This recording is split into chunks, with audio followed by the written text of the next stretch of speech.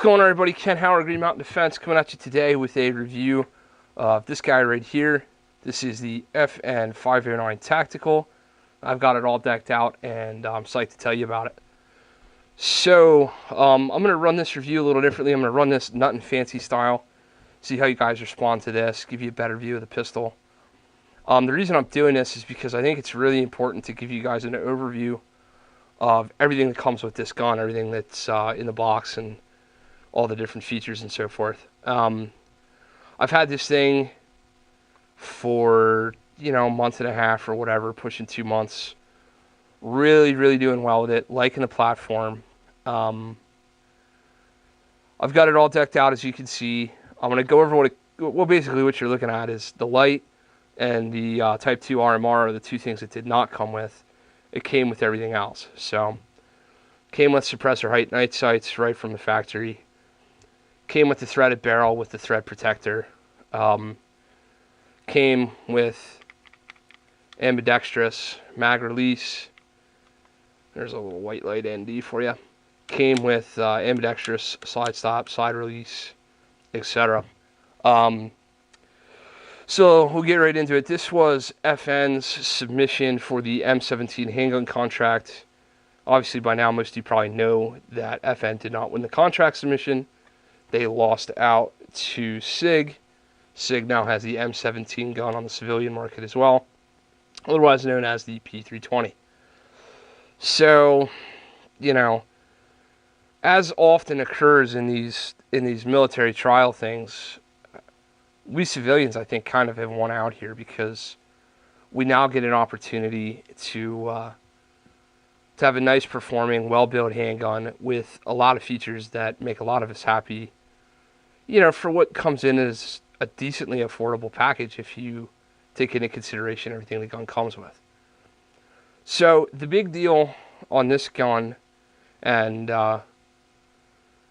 guns like it is the ability to put the RMR right on the gun. FN claims this is the lowest factory RMR mount that comes out of a factory production gun ready to accept an optic. What I have here is what accepts the Trijicon RMR, Type 1 and 2. FN also sends us all these other various adapter plates and screws and extra O-rings. O-rings are a big deal. We'll get to those later. But FN sends us all this other platage and all these other tools in order to mount all kinds of various optics to this platform gun. So there's the rest of that. They send you a little warranty card, confirm your warranty purchase, blah, blah, blah, blah. Also comes with an additional recoil spring. This is what I'm going to refer to as the black recoil spring. This is actually the original spring that shipped in the firearm. What's inside the slide right now is what you're going to see referred to as the yellow recoil spring.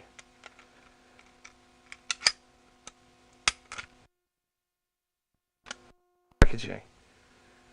And you can see that there's in fact yellow paint on that recoil spring. So why is this such a big deal? Why is this an issue? Why is this important? One of the things that the M17 trials were big on was durability and reliability. The number I've heard on this recoil spring, the original one that shipped in the gun, was that it was supposed to be able to withstand 20,000 rounds prior to needing the change of a recoil spring. That's the number I've heard. That's the number I've seen floated around. I don't have anything official on that from FN. If anybody does, please put it in the comments, or if anybody from FN sees this and wants to give me something for later annotation, I'd love to hear about it. I took the black spring out of the gun and replaced it with the yellow spring. Why did I do that? Well, because I think in an effort to make a really robust, really strong spring, our friends at FN probably made too stiff of a recoil spring, which resulted in a lot more recoil action than I would have expected for a 9mm handgun in this full-size platform. So, for me, yellow spring's in the gun now. Gun runs every type of ammo fine with the yellow spring. It runs even, you'll see in shooting footage, it's going to be rolled in and inset and so forth here. We do shoot this gun suppressed, Gemtech GM9. It does run about 100 rounds suppressed just fine as well with this yellow spring in it. This gun runs self-defense ammo, 135 grain, 137 grain, 124, and I said that sounded like 137. 147, 135, 124, and 115 grain ammo, all just fine, run through this gun in this current spring configuration. Now, does that mean, is this going to last 20,000 rounds with that spring? I don't know. But I do know that you can order more springs, and I intend to do so for the setup. The other thing the gun came with right out of the box was the commiserate lock that everybody else has to send you with. And something else that I fiddled with and have actually swapped back is the backstraps that are interchangeable that come on these guns. Now, this backstrap was originally in the packaging. The one that is on the gun was originally on the gun. This backstrap has a bit of a hump right here that hits me in a weird spot on the inside meat of the thumb.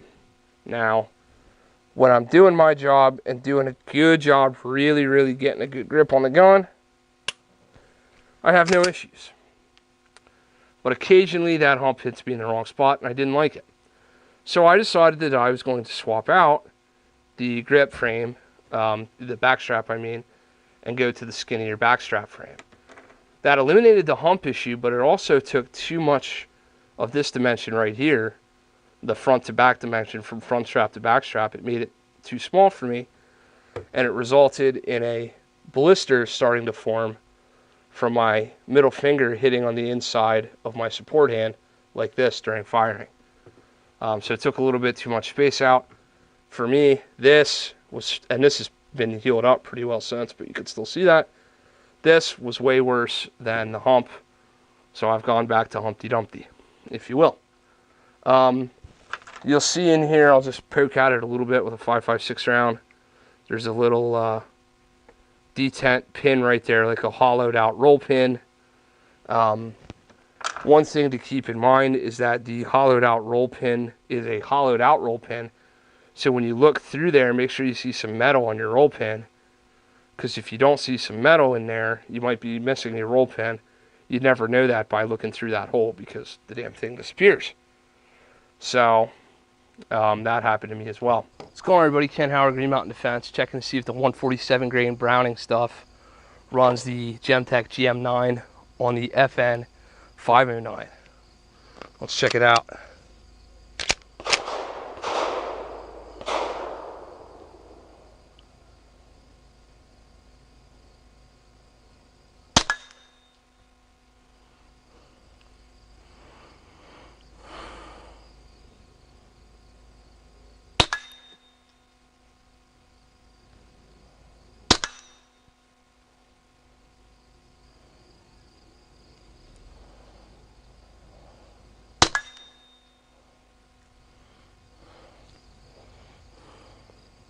Seems to run pretty good.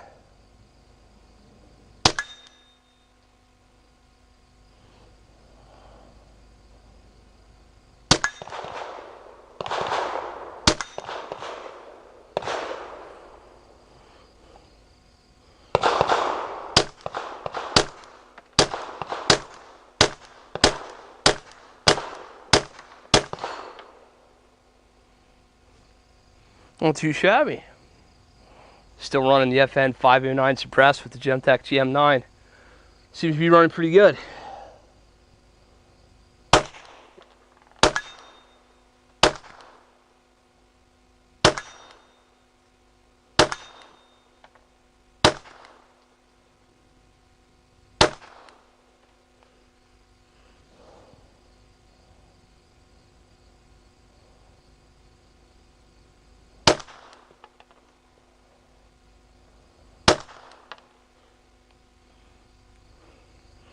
Does want to screw loose on you though.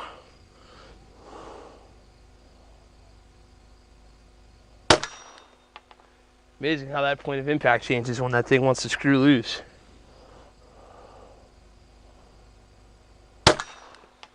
Shooting at 8-inch steel plates down there at like 20 yards.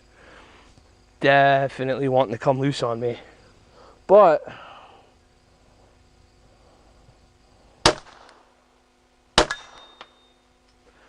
On the positive side, the can's running the gun very well. No issues there.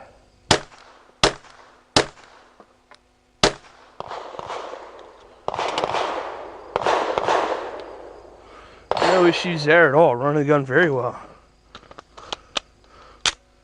One of these 24 round happy sticks. Let's see how that does for us.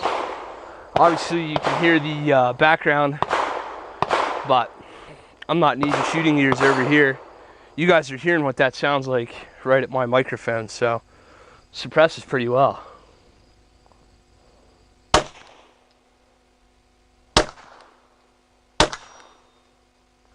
Yep, every time that loosens up.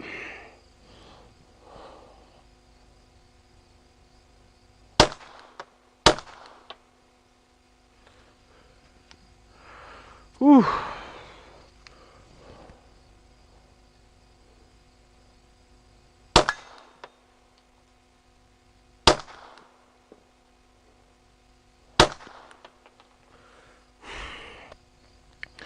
Definitely has changed the point of impact. I cannot tell. My dot is zeroed without the suppressor, obviously. Let me see what I get right here. Oh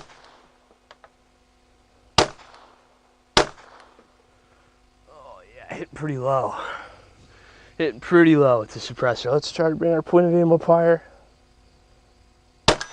Yep. There we go. Solid hits downrange.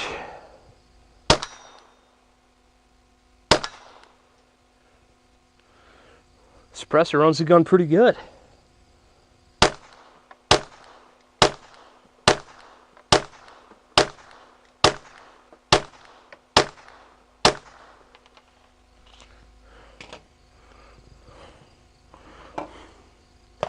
Definitely lowers the point of impact though in this case.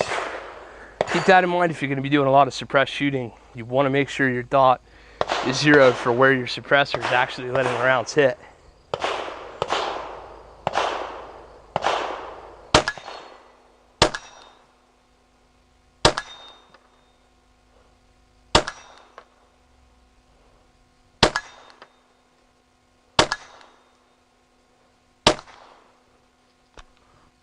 Well, no malfunction.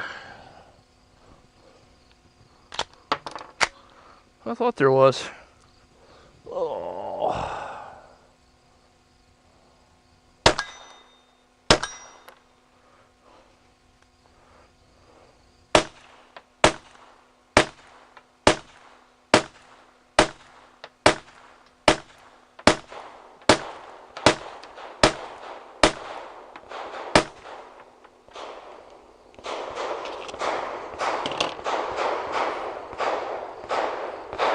So there you have it.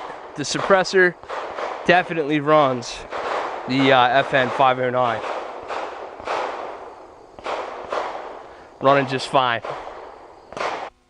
Alright, cool. So you got to see us run it suppressed there. Like I said, obviously the gun ran very well suppressed. No issues to mention. And again, we're rocking and rolling with a clear gun here. The thread protector, as well as the suppressor, are held on by an O-ring in there, which keeps the suppressor from rotating on you when you shoot. But yeah, as you saw there, it ran real well suppressed. Moving through my Pilo FN 509 accessories here. Got a holster here from, and this is why I'm running, the only reason I'm running an Inforce APLC and not any of my Surefire lights is because I had a holster that was compatible with the APLC and with a SIG P320. So I modified this holster from Squared Away Customs. I'm sure they don't love when you do that, but whatever. Modified that holster to take the 509. Had to kind of Dremel out a little space here for the thread barrel. But there we go. I've got a workable piece of Kydex that I can use right now. Currently looking at who to get a better holster from, but actually that's running real well, and it's even retaining the gun. I didn't, just goof it up. It is retaining the gun just fine, as you can see there, without me doing anything to it. So that's all good. And yes, it entirely covers the trigger guard, etc., etc. So we're good there. There be the holster. Let's see. Gun also comes with this little gun rug here.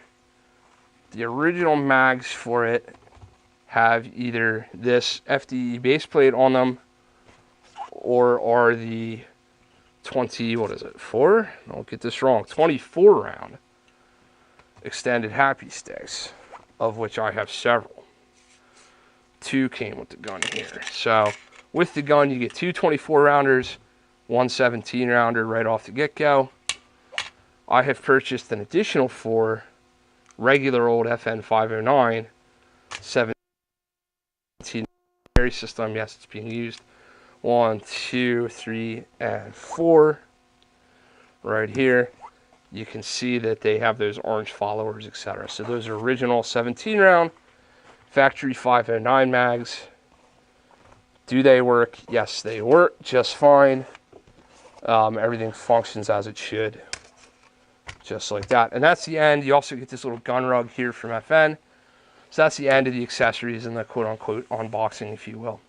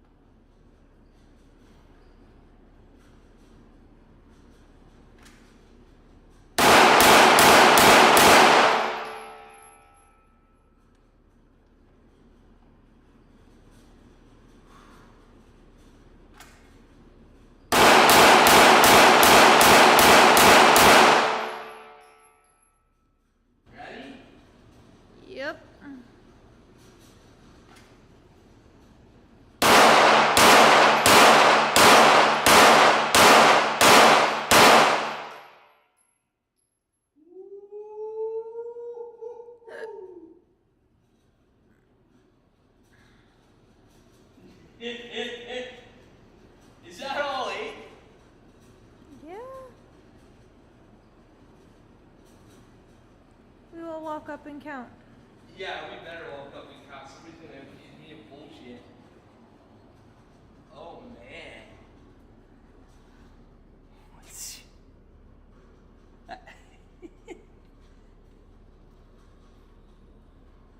Footage ain't cut, folks. Back out so they can see me. That footage was not cut, not changed at all. That was 8 rounds shooting damn fast. 7 yards. There. FN 509.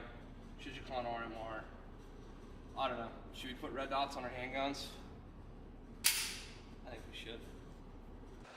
Cool, so now you've seen the inset shooting footage, you can pretty well deduce that we had awesome reliability.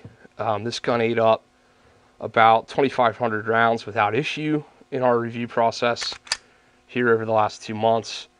If you've been checking out our Instagram, you've seen how well I've done on targets and on drills with it. Really, really, really liking the platform and liking its ability to perform for me. I have no questions about reliability, etc., so I'm really happy about that. Really happy to have a cold hammer forged barrel in this gun. I think these barrels are really, obviously FN's known for their military grade contracting stuff. It makes pretty damn good barrels. Really happy with the Type 2 RMR. This is, this is the RM06. This is a 3.25 dot. Really thrilled with that. Really thrilled with the co-witness on these Trigicon sights. That all works out really good. The gun and the sights and etc. It all functions fine together. I love having an ambidextrous slide stop, slide release. Love having the ambi mag release. I know this is a point of contention where a lot of guys complain about this mag release getting into their opposite side of their hand when they try to eject a mag. Let's not go with one of those. Let's go with one of those clear mags. I obviously don't have a problem with that here. I should show a drop free.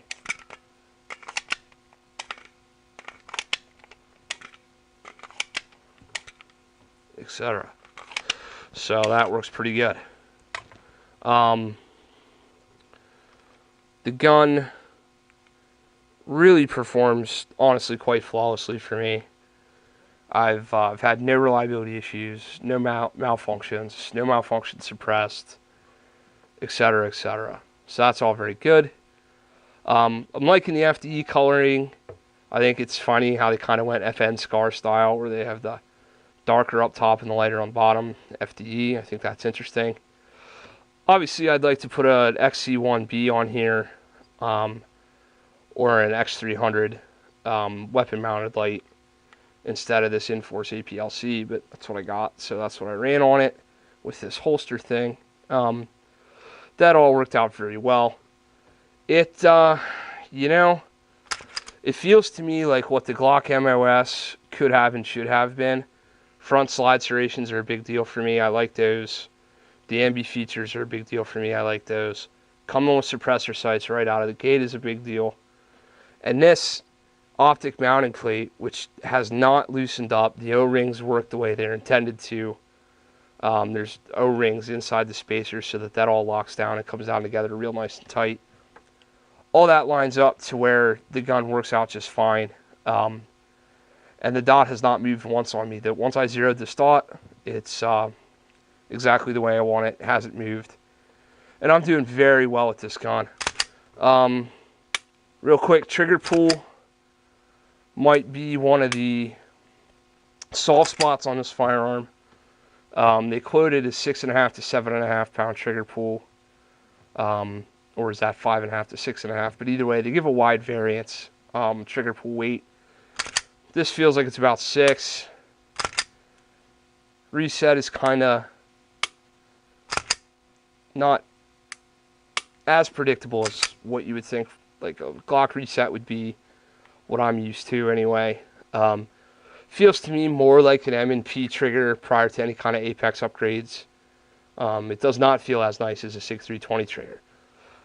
What's funny, and I guess I don't know how to say this other than to just say it, it feels worse in dry fire than it does in actual use. I haven't had too many instances where I feel like, oh, that trigger pull really screwed me on that shot. That's not something that's happened to me all that much. What else am I missing? Oh, we got a lanyard loop back here because, you know, U.S. mill. That's important to some people, I guess. Not super important to me. This is, you know, I think this probably is the best of the submissions that went to the U.S. military, and I honestly think they should have accepted this. The bore axis for me on the 320 is a little too high as far as what they offered in the 19X, although they got close. I think if Glock would have put front slide serrations and an ambidextrous mag release on the 19X, and then maybe an optic plate, I think they might have had it. But they didn't, at least not in the version that we've all been able to see and get our hands on so far. But the FN's running great. So great to the point that I was able to, you know, I'm glad I spent my own money on it. It's still staying in the collection. It's going to be part of the team here at Green Mountain Defense. You know, now I've invested in mags for it. I'm about to invest in better carry gear for it. So it's going to be the kind of tool that gets rotated into my EDC. I really do like this full-size grip and compact slide arrangement. That works out pretty well. The gun balances for me very naturally. When I get a good master grip and press out, I really get what I need to get from the gun as far as a good balance and good grip. The bore axis is slightly higher than on the Glock, but it's more manageable for me. And also, there seems to be enough of an undercut up here to where I can really get up on this gun. Overall, what you see here is what you're always going to see from this gun and in my collection. I do not feel the need to change out slide serrations or do anything to this slide. Obviously, the optic works out. Obviously, the sights are good. Barrel's fine, threaded, so we're good there. All the controls are good. I may, if I do anything, I may move to an Apex trigger solution. I might go that route. And I'd probably slap the light for something different. I feel no need to change any of the the stippling or the pattern checkering on the handle here. This all works out fine for me. It's good and aggressive when your hands are wet or oily or loose. You can really get down in on that gun, and that works out good for me. So I don't have a problem there. I don't see any reason to change any of that. You've even got stippling up here where your thumb interfaces with the slide, so I think that's pretty, with the higher end of the grip frame, so I think that's pretty interesting. Not going to clean and disassemble, I'll disassemble for you. I'm not really going to clean or anything on camera, but there's just a disassembly lever here that you send forward. You bring the slide up to even, press the trigger, pull off. Everything here looks exactly like you would expect for a striker-fired handgun. You know, you got a locking block up there, you got an ejector, etc., etc. Nothing too fancy there. Again, we talked about this recoil spring, and the barrel comes out the same way you'd expect. One point of note, if you've never had a handgun with a threaded barrel and a thread protector on it, you will need to screw your thread protector loose in order to get the barrel out of the slide. So if you don't do that, you're wondering why it doesn't work right, why you can't get it out, that's what's going on. Look, I like this gun enough to say that after the Glock platform, I think this is now my number 2 favorite platform, and if it had to be, it could be my number 1 gun. I do well enough with this gun in drills, on the timer, all the different standards I set for myself, all the things we do in shooting and inset footage. I do well enough with this gun to where I could say, you know what, if I had to only have one 9mm optics capable handgun like this, I could make it this one. It's interesting that FN was able to bring all this out in such an affordable package. With tax and everything, I paid under $1,000 for everything you see here minus the optic. Shout out to Tanner over at Spar Firearms. Thanks for helping with the Type 2 RMR. He was good enough to help get it all set up, zeroed, and get it mounted for me. I just went in there just to buy it from him, and he was like, come on back to the bench, let's get this done. So, good guy over there. If you're here locally in the Mechanicsburg area, check out Spar Firearms. They do good work. listen, if you're looking for an optics ready handgun that you don't have to send away to get milled, and you're not going to get custom work done on, and you just want to buy it out of the box and be ready to rock and roll, this is the one, I think. I'd rather run this than an MOS Glock any day, for sure, hands down. So short of milling your slide, I think the FN509 Tactical is the way to go. If you are going to mill your slide, ATEI does a great job, so check them out. But other than that, this is the way to rock and roll. These guns are very good, very accurate, very manageable recoil-wise once you change that spring out. And to my testing so far, very reliable. So don't have much bad to say about it. Just want to give you a quick overview. Wanted to show you all that shooting footage, give you the suppressor, let you see that working, and show you that I was able to run it pretty good. I've got 2 classes coming up here in the next couple weeks. So this gun, along with a customized Glock 19, are going to be the 2 guns that go, and they're going to get equal time in classes. We're going to see, which one I really do better with, drill for drill, evo for evo, shot for shot. So looking forward to doing that. Listen, guys, Kent Howard with Green Mountain Defense. Please make sure to like, favorite, subscribe, and share. Your support really helps us keep going. If you have questions, please feel free to put them in the comments below. In the description, we've got a couple things. We've got an Amazon link. If you're going to do any shopping on Amazon, please use that. It doesn't hurt you, helps us tremendously. We've got an affiliate link now with Big Daddy Unlimited. Should have thought to mention that. That's where these mags came from. These FN509 17 round mags are impossible to find and super expensive. Big Daddy Unlimited had them for $49.99 where everybody else wanted $60, and they had them here in 3 days. So check out Big Daddy Unlimited's affiliate link in our description if you want to sign up. Also our website, greenmountaindefense.com, Facebook at Green Mountain Defense, YouTube at Green Mountain Defense, and Instagram at Green Mountain Defense. As always, guys, keep shooting, stay safe, God bless. Kent Howard with Green Mountain Defense, out.